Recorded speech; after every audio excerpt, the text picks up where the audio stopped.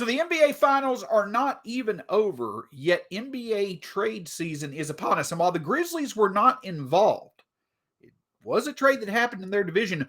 But what could it mean, the Christian Wood trade, for the potential value of Grizzlies' potential trade assets? Plus, when it comes to polarizing figures, Patrick Baldwin Jr., he may be the most polarizing prospect in the 2022 draft. But is there value for the Grizzlies to pursue him? That and much more on this edition. Damichael Cole, Shawn Coleman back together here on the Locked On Grizzlies podcast. Here we go. You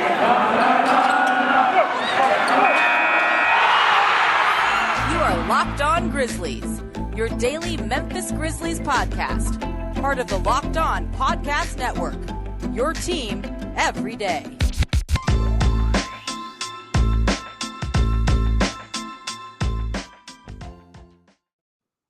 Mr. Damichael Cole, it is a pleasure to see you once again. How are you, sir? Welcome, everybody, to the Locked On Grizzlies podcast. What's going on, everybody? Welcome back.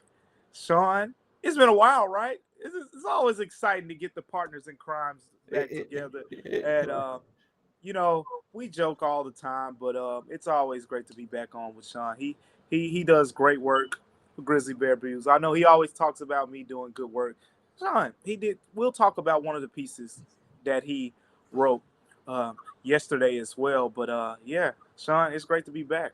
It's always a nightmare to share the screen with you too, Damichael. Welcome, everybody, to the Locked On Grizzlies podcast. Hope everybody is doing well. Damichael Cole of the Commercial Appeal. Hey, Damichael, you know what? I was looking at something the other day, and I want to tell you just the scale that you are on now. Now, I know that if people, they love talking about trades, and whether it be MLB trade rumors, hoops trade rumors, what have you, but I was on the hoops trade rumors the other day, and it said Grizzlies notes.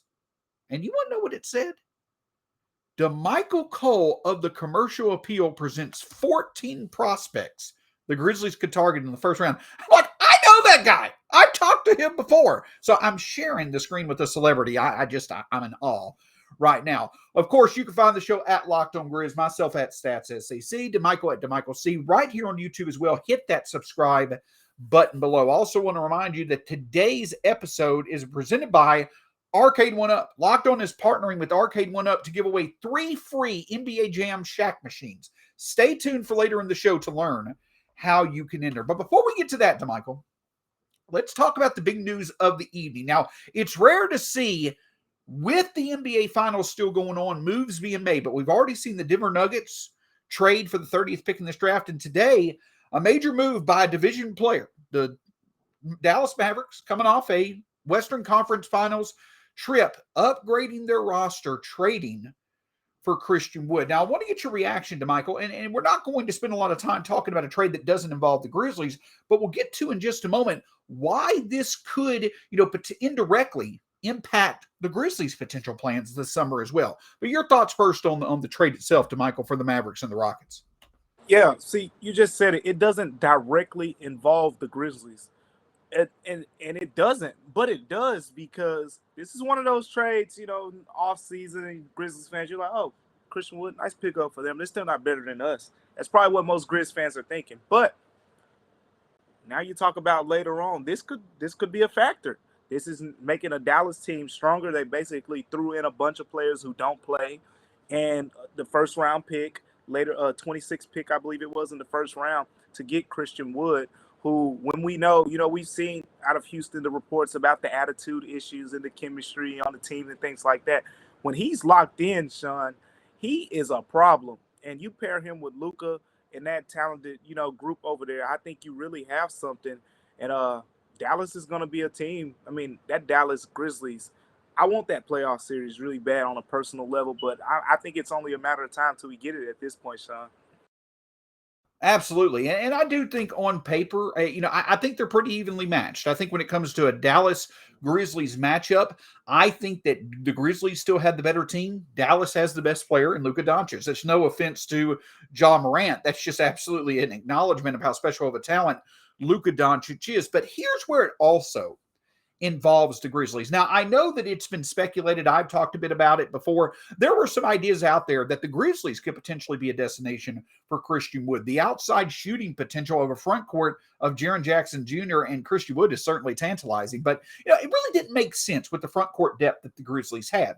But speaking of that front court depth, outside of the indirect involvement from the Grizzlies that this happened in their division, you also now have a basis of value for what a big man and a big man on an expiring contract might be valued at this offseason. Eric Pincus had reported via Bleacher Report that several different centers are potentially available this summer, and that could include Steven Adams, though he is well liked in the Grizzlies locker room. But a couple of things stand out from this trade to me, Damichael, is that number one, with all the potential centers that are out there, from a DeAndre Ayton to a Jakob Poeltl and everyone in between, there are a lot of center options out there, which means that it is definitely a market where value may not be there for teams that feel they could get good value back for their center. That's one.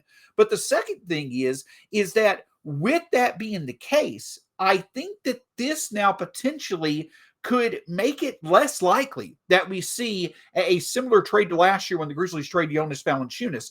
I think that when it comes to Steven Adams or even Brandon Clark being a potential trade piece, the value that we now see Wood returning on an expiring contract, plus the saturated market, I think this does make it a bit harder for the Grizzlies to find the true value that they would need to part with one of their big men.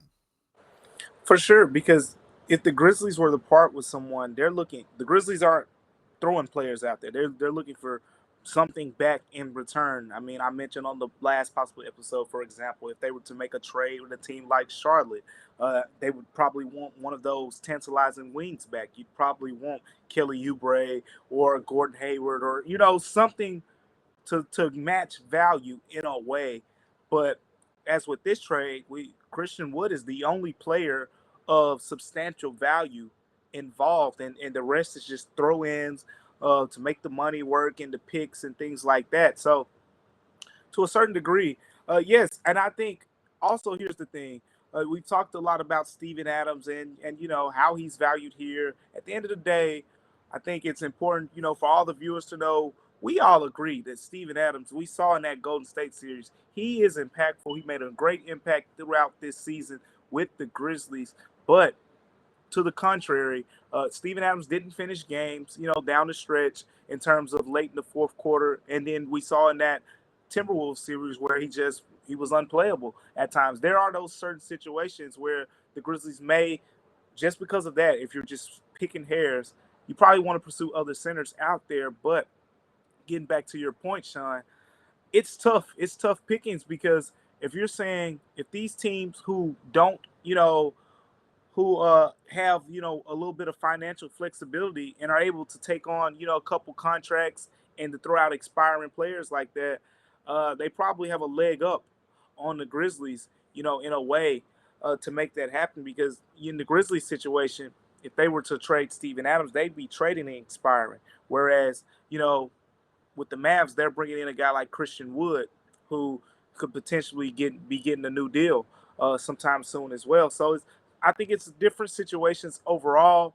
but this did show us here is now the blueprint for the center market in terms of if you want to pursue a center this offseason, there's a good blueprint out there. I think with that being said, there are a couple other centers we've seen, talked about. DeAndre Ayton, I think he'll command a bigger market than Christian Wood. The name that I'm the most enticed by, Shawn, is Clint Capella, who, as we see, he is a expendable big man now because I'm not going to say his name right, but the big man out of USC who plays for the Hawks.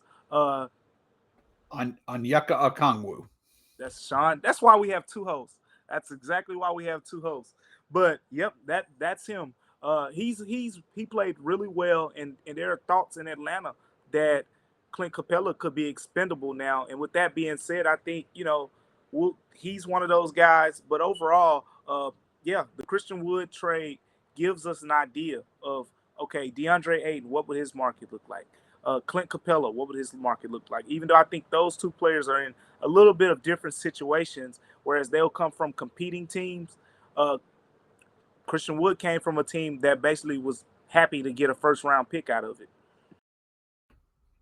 But the thing is that the Grizzlies are in a unique position. You're exactly right on what you're saying in terms of them potentially trading a Steven Adams or a Brandon Clark, where the Grizzlies would trade the player to get the assets. But the other thing is the Grizzlies could act actually in the case of Houston or Dallas in this situation. Because with 2 first-round picks, the Grizzlies could switch it. They could be the team offering a pick or plus a few players to go get a player they may feel would be worth bringing in on an expiring contract that once he's with the Grizzlies, then he could excel and they could re-sign him. That is something that we could potentially see. That's something worth exploring more in a later conversation, but there may be a few players out there, especially on expiring contracts, that the Grizzlies feel could definitely work. I'm not necessarily saying a Gordon Hayward would be that due to his injury history and how much he's owed, but if the Grizzlies potentially feel there is a wing type player out there on an expiring contract that has enough upside to once he comes to Memphis,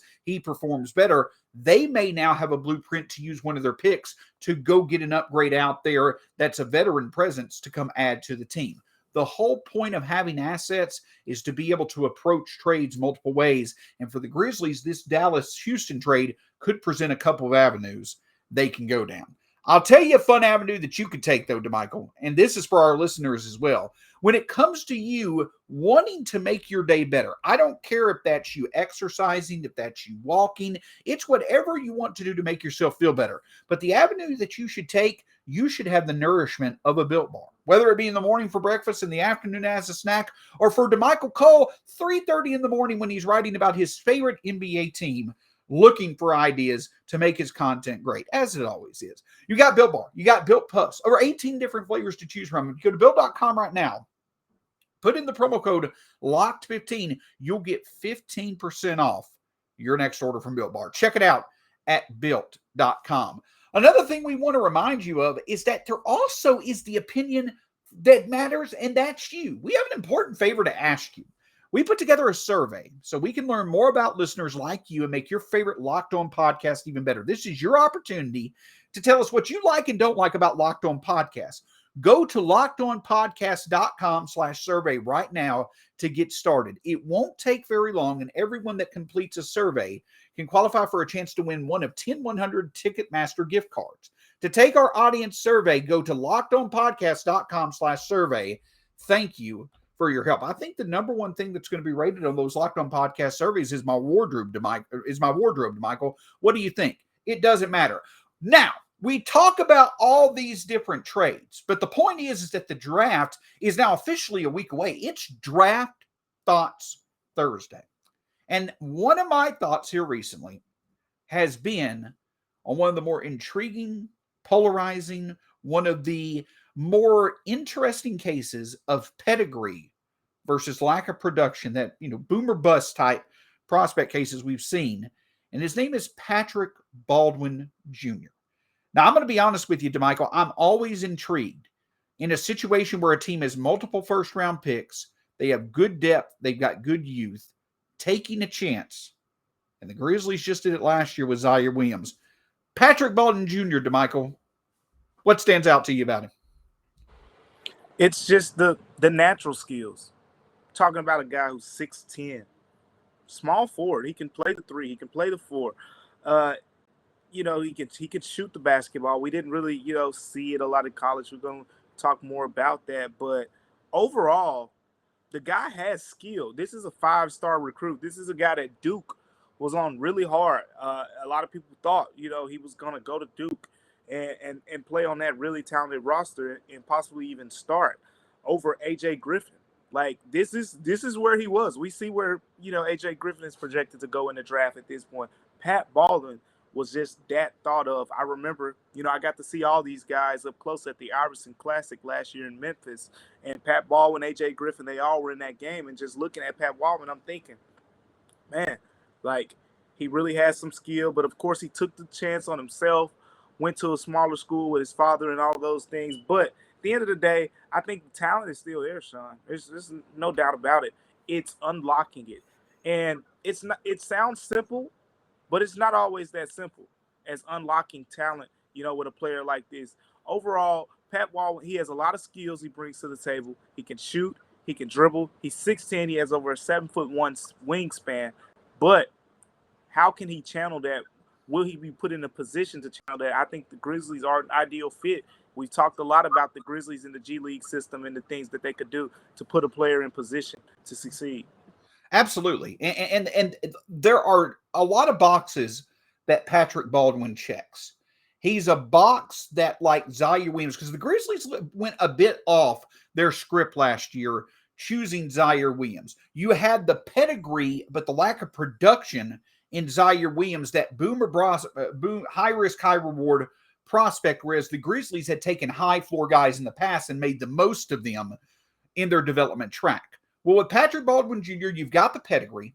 You've got the shooting size combo that we know the Grizzlies could certainly use. We also know that the Grizzlies are in a position with late first-round picks where there's not as much of an investment. There's a lower risk but higher reward type setup for them to go after this. And to your point, one of the most intriguing things that stands out about Patrick Baldwin Jr.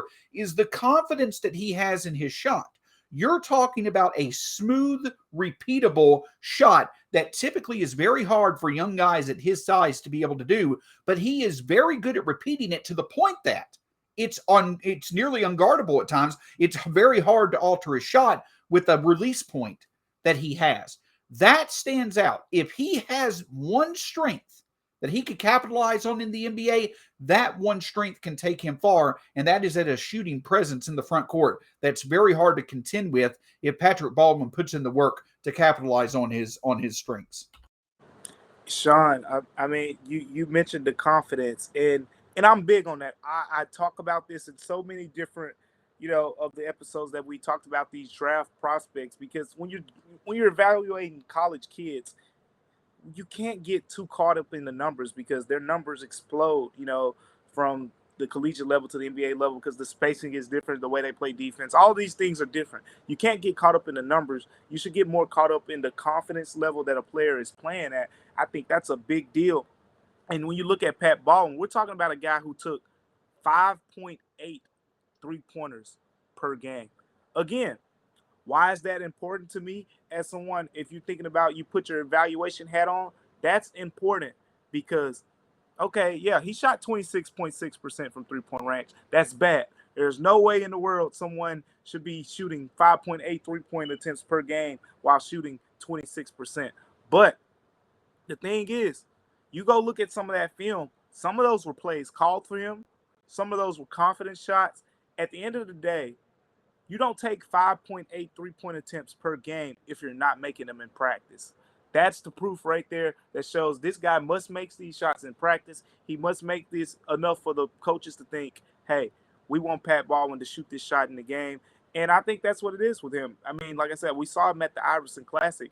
Really, really nice stroke. He can really shoot it. You talk about the repeatable stroke. He's a coach's kid, and you see that in a way, from a fundamental standpoint. I've seen some people kind of compare him to like a poor man's, kind of like a Michael Porter Jr. And I think, skill set wise, when you talk about 6'9", 6'10" guys who aren't supremely athletic, but who can shoot the ball, that's what they both do really well. So you look at his numbers, he didn't shoot really well. But the confidence level tells me that eventually over the course of his career, those numbers will spike up. If he would have stayed in school 2 to 3 years, those numbers definitely would have looked a lot better. Absolutely. And the thing about it is that Patrick Baldwin Jr.'s talent, especially for a shooter at his size, it stands out. His natural physical setup, with his wingspan, there's also some potential there on defense. And in a Grizzlies system that can capitalize on that defense, I think that also stands out as well. But we also need to be fair to the evaluation of, or have a fair look at the evaluation of Patrick Baldwin Jr. The potential is eye-opening. It raises eyebrows. But unfortunately, there also are far too many red flags to ignore when it comes to his overall draft profile and evaluation. We'll discuss that in just a moment. But the first thing that I want to discuss with you, Damichael Cole, is NBA Jam. Damichael, tell me, I'm hoping, I know that you're a little bit younger than me, I'm showing my age, but I'm hoping that you have enjoyed NBA Jam at some point in time in your life.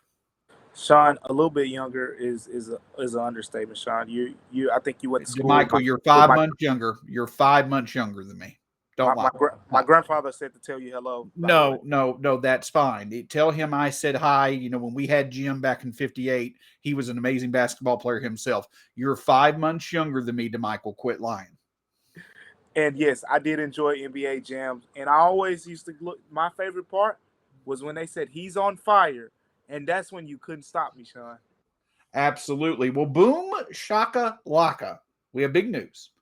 The only NBA Jam is back. Arcade 1-Up, the leader in at-home retro arcade games, is not only bringing the best game ever back, but they made it bigger than ever with a, wait for it, Shaq Edition. A Shaq Edition machine.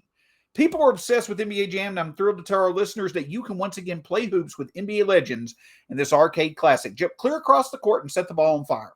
In one of the first sports games ever to feature real and digitized NBA licensed teams. No fouls, no free throws, and no quarters required. Compete with friends and family through all new Wi-Fi leaderboards, making you more connected than ever. Pre-order now from arcade1.com. That's arcade1up.com for an estimated early September ship date. Arcade 1-Up is the place for fun. They've got even more classics like Golden Tee, Mortal Kombat, and many others starting at just $399. Check this out. They are giving away an NBA Jam Shaq Edition to a Locked On listener. Enter it for a chance to win a game console for your man cave at arcade1.com/lockedon. That's arcade1up.com/lockedon. You've got till July 8th to enter to win the NBA Jam Shaq Edition. Don't miss out. Enter today. Who are you going to play with? Thing I can tell you is this, is we can't thank you enough for making Locked On Grizzlies your first listen of the day. Over the next week, there's going to be plenty of draft profiles, especially those detailed, absolutely incredible content-filled profiles over at Grizzly Bear Blues, like the one written today about Patrick Baldwin Jr. I don't want to hype up the author too much, but you're welcome. When it comes to draft profiles, make sure you check out Locked On Grizzlies for some in-depth analysis at some players who could definitely be on the Grizzlies' radar. Now, Damichael, when we talk about Patrick Baldwin Jr., the potential is tantalizing. There's certainly some needs that he feels for the Grizzlies, but I've got two questions that I don't think anybody can answer with confidence right now when it comes to Patrick Baldwin Jr. Coming off an ankle injury that impacted his senior year and his freshman year in college, senior in high school, freshman year in college. Do we know that he's going to take the proper steps to maintain good health in the NBA? That's one. The second question is, how confident do people feel he's going to put in the work to add value outside of his shooting that will allow for him to stay on the court even if his shot's not falling, especially on defense? I don't think a lot of individuals right now can answer that with confidence. And I think that's why, even with late first round picks, you hesitate a bit looking to take him with your pick. Yeah, you hesitate for sure because there's potential in production, but there's also, a situation with Pat Baldwin where his numbers are there's potential when a guy's averaging 8 points per game, shooting 50%, but he only plays 12 to 15 minutes. Pat Baldwin is a guy who got a lot of playing time and he played, lower level competition and still, didn't put up the numbers that you would expect of a 5-star recruit. So all of that makes sense. Shawn, I always go back to this point because we see it a lot of guys in the NBA. He's a coach's kid. That's important. So, and I think that's going to help his skill set develop, as he's in the league. And time will tell because at the end of the day, he has to have the want-to factor, as they talk about. And I think that can be a cultural thing too. We've seen players go to a place like Golden State and, Draymond Green is going to push them. We've seen players, that come to Memphis and you're just going to suck up the culture because Ja Morant, Desmond Bane, these guys are gym rats and you're just going to suck that up being a part of this culture. So there are certain teams a player like Pat Baldwin can go to and he won't have no choice but to give it his all to reach every bit of his potential. But I think it's a situational thing too with him. I don't see him as someone who, he's a surefire thing in any way, shape, or form. And like you said, those are questions that no one probably has the true, definite answer for right now, but they're good questions because those two answers can go a long way. And this guy being a guy who's playing G League basketball next season and not playing in the NBA at all, or possibly even being an NBA rotational player. Absolutely. And you've seen situations like this where players have come into the league and, they've come off injury issues or they come off shortened season. Zaire Williams is a player like that. Michael Porter Jr. is a player like that who worked out. It made sense. They eventually capitalized on being in good development systems and playing to their strengths. But you've also got situations like BJ Boston last year who, a year ahead of when he was drafted, he was a top 5 pick, struggled like crazy in the NBA draft, and he was the number 151 pick overall. So excitement would exist, I think, with a Patrick Baldwin pick. I definitely think that it would be very intriguing to see what Taylor Jenkins could do with the type of talent, with that shooting size combo that Patrick Baldwin offers. But it also just does not feel likely to me that the Grizzlies are going to go after a player who just has so many red flags. I'm not questioning Patrick Baldwin, the person. I don't know him, but it just seems like that the Grizzlies would have to have a lot of faith in the type of person and type of personality and work ethic Patrick Baldwin has for them to make him the selection. They showed that that's the route they can go with them picking Zaire last year, and I think Zaire has a higher NBA upside than a Patrick Baldwin Jr., but it's the person, Patrick Baldwin Jr., that's going to have to sell a team like the Grizzlies on having faith in picking him more than it is the production he's shown so far. Yeah, because when it's a guy with potential, that's what you're banking on. You're banking on him to be a hard worker. You're banking on him to want to grab every inch of that potential. We don't know yet with Pat Ball, and that's what these meetings are for. That's what these workouts, these interviews, and all that is all for. And he's an intriguing guy. Shawn, I'd be willing to say he's one of the more wild card guys in this entire draft. Personally, I could see this guy being, like we talked about Michael Porter, being a starting small forward in 2-3 years, making a bunch of shots at 6'9", 6'10", using that 7'1" wingspan to really create havoc defensively and giving guys a hard time. Or I also could see a scenario where he's not in the league because he just never shoots at a high volume and he just never figures out, how to become an efficient NBA player. He has one of the wildest ranges in terms of projectability in this draft. And I went back and looked at his under 19 highlights for Team USA too. I think that's always telling. You look at these players with the best talent that they're on the floor with, and nothing really stood out to him then. Just watching him there, he wasn't one of the guys who stood out above the pack or anything like that. So that made me, ask some more questions, because you talk about, competitive nature and things like that. Where is he on that level? Because, again, I mentioned this is a guy we're talking about was ranked above A.J. Griffin at Duke. And they both were supposed to go to Duke and things like that. And a lot of people were projecting him to start there. A.J. Griffin went to Duke, had a great freshman year, and is about to be a lottery pick. So you wonder how this works out, situations and whatnot. But, Shawn, we're talking about one of the biggest wild cards in the draft. But the good part about that is if a team like Memphis drafts him, Memphis can take that chance. And let's say Memphis does keep the 22nd to 29th pick and so forth. I think if you keep 22 and 29, one of those picks, you get your surefire guy that you think can be a rotational player. The other one, for the fences. Late first round, there could be some guys who could have been lottery picks, but, one bad ankle or one bad interview or, some type of mishap prevented them from going higher. I could see the Grizzlies taking a shot at those guys because at the end of the day, the Grizzlies won't need 2 or 3 rookies to produce next season. They won't need that. That's why Patrick Baldwin is the ideal candidate. And at the end of the day, like I mentioned on a few, I talked with Keith Parrish on Grit and Grinds the other day. I mentioned it to you here as well. There is an absolute logic in you hope that Zaire Williams becomes that significant complement to the trio that you have in Ja, Bane, and Jaren. But there's nothing wrong with backing Zaire Williams with another size shooting combination that's a big wing that has tall upside. There's nothing wrong with having 2 of those options on the roster. And at the end of the day, the Grizzlies, to your point, Damichael, have one of the best cultures in development track that probably offer one of the better chances that if Patrick Baldwin Jr. is going to make it as a significant piece in the NBA, it would be a team like Memphis that would be able to help him do that. Going to be highly intriguing. At the end of the day, not necessarily thinking the Grizzlies go the Patrick Baldwin Jr. route, but also if they do, a lot of excitement to see what he could do. Several players make sense like that, and I can tell you this.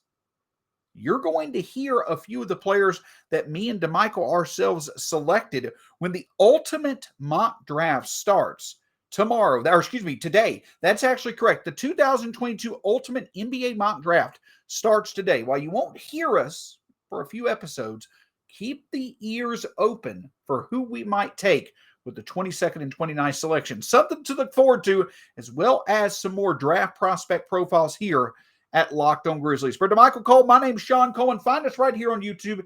Hit that subscribe button below. Follow me at StatsSEC, Damichael at Damichael C. For Damichael Cole, Shawn Coleman, we'll talk to you again soon here on the Locked On Grizzlies podcast.